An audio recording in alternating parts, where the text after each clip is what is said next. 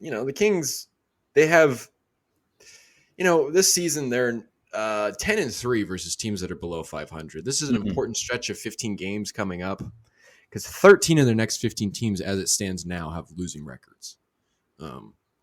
And that means, the Kings in their next 15, well, you should win like 11, 12 games, right? You would hope, but the way they played the Wizards and the Hornets make me question that. Yeah. It'll be interesting. But you're right. It's an important stretch. You said in the next 15, how many are below 500? 13. But I mean, that's including Utah and Atlanta. I mean, it's like those borderline teams that might change by the time you play them. Yeah, they're still like you. I wouldn't be surprised. Like I was surprised that Atlanta had a lose. They're like 16 and 18, I think. So they're like near there, and then I think Utah's one game below. So it's like you could easily classify those teams as, I mean, if they are at 500 against teams that are 500 or better, the Kings are 9-13.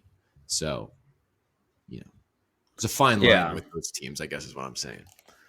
Well, as a winning team, especially where the Kings are, they're not championship level contenders yet. Sorry for those who think they What? are. But this is where you have to start establishing yourself as a winning team. That's what made those losses to Charlotte and Washington so frustrating, because those are teams the Kings should be winning against. And so, you want to beat those above 500 teams to show like you're the best of the best. But again, the Kings aren't quite there yet, and they can hang with them. But if you're even going to try to be like a 6 seed in the West, you got to start beating those under 500 teams, or those, the Houston Rockets of the league and teams like that. And it is an important stretch because the Kings on this homestand should have gone 4-2 at least, and they ended 3-3. A little frustrating, but they have the opportunity to make it back up with a bunch of, in quotes, easy games ahead. They need to win these games and prove to the league, the Kings, they're a good team in this league, regardless of who they're beating. At least they're winning the ones they need to win, and that's important in itself. Yeah, but you mentioned Houston there, and we'll play them. The Kings will play them twice, and one of those was supposed to be on ESPN. Yeah, got moved. Because who didn't want to watch the Kings versus the Rockets? It seemed like a mistake from the beginning, because when the schedule came out and I saw that, I'm like, because that was before they gave them the Nets game. That was the only nationally televised one. I thought they had one more. Well, don't they have a Magic game? Do they? Are they? They have a Magic game. Well, now I'm looking. Maybe I'm crazy. I swear there's the Magic. I'm like, okay, that makes sense. Murray versus Banchero. But maybe I'm just 100% wrong. Yeah, I think so. I mean, just the NBA TV games, which that's not national TV. No, those don't count. Okay, yeah, that did seem like a mistake. Maybe I was thinking Jabari Smith Jr. I'm like, okay, Smith Jr. versus Keegan, 3 versus 4. But no. What's Jabari Smith? What's Jabari Smith doing? I feel like he's the least talked about. Yeah, I have no idea. Let me look. Jabari Smith Jr. Good old basketball reference. But Kings fans, don't get down, because the Kings are going to be. The balance will shift back into their favor. They're going to get another nationally televised game down the line, I'm sure. I mean, I don't know what ESPN games have Wednesdays, looking at March 29th in Portland. That could probably be a pretty pivotal game for playoff standings, Western Conference situations. That's on a Wednesday. I mean, there'll be other options. Considering, barring disaster, this team should be competing all the way down the line. So it'll come back their way. Nobody wanted, let's be honest, nobody wanted to watch. Yeah. The Kings just rout the Rockets on ESPN. Hey, give us a good game, right? Yeah, I would much prefer that. I'd much rather trade in that game for an actual good game. It's whatever. I could watch the Kings on the Rockets with 50% of my attention, really.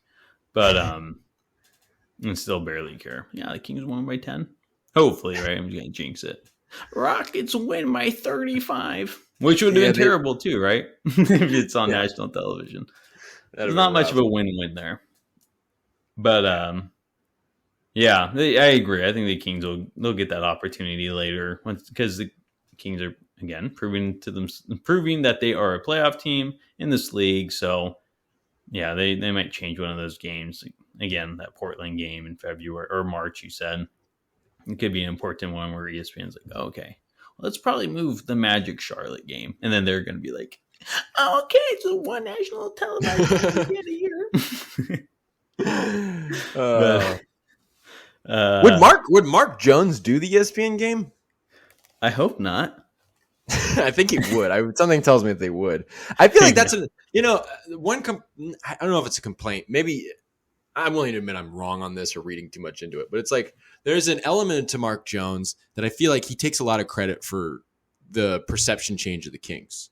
Yeah, I've been talking to people on the national TV, I've been telling them about the Sacramento Kings. Like, all right, man, take it easy. Like, walking with a strut there, pal. Like, how long have you been doing this job? Like, yeah, exactly.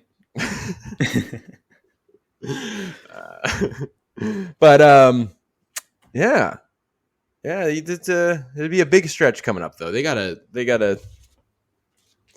win regardless if they're on national TV or not. Yeah, yeah, they do. Big stretch, important stretch, just to show everyone that, and not everyone, but more importantly themselves, like, and the fans. I guess just everyone. I'm just gonna backtrack to everyone. they can beat those easy or win those easy games, right? It's just important. I already said it. I'm not gonna repeat myself.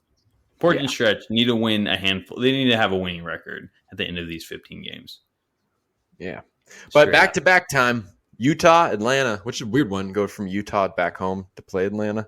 Yeah, that'll be fun.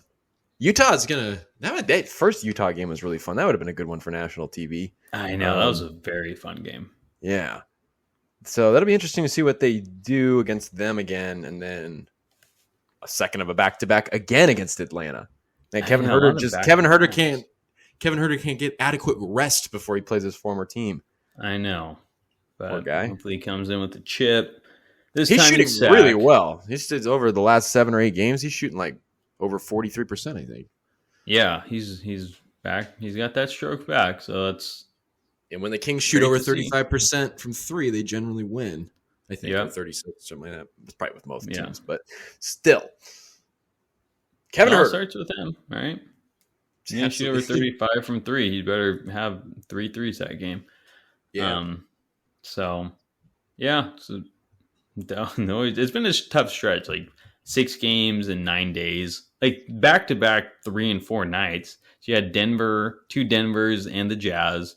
Yeah, and you're gonna have Grizzlies, and then Utah and Atlanta. There's a lot of games, so hopefully the Kings don't get too tired. But they'll have 2 days off there, and this is what happens when you get 3 days off for Christmas, basically. Yeah, that's very true. You pay Suck for it up later. Suck it up. But yeah, let's see what they do. Jazz probably want revenge. It's pretty soon after too, so probably look for revenge on their home floor. Atlanta, maybe the Kings will look for revenge against what Atlanta did earlier. Kevin Huerter want to show up at home against his former team, and he's like recently liked a tweet where Kendrick Perkins was like, "Yeah, what the hell is Atlanta doing trading Kevin Huerter for? Like, do they not realize like his value?" So yeah, and then DeJounte Murray's not doing very well there. Yeah. So it might be a big Kevin Huerter game. He's the guy to watch. Obviously, it's the former team, but even more so for grudge, possibly, right? For an eruption from him in that game. So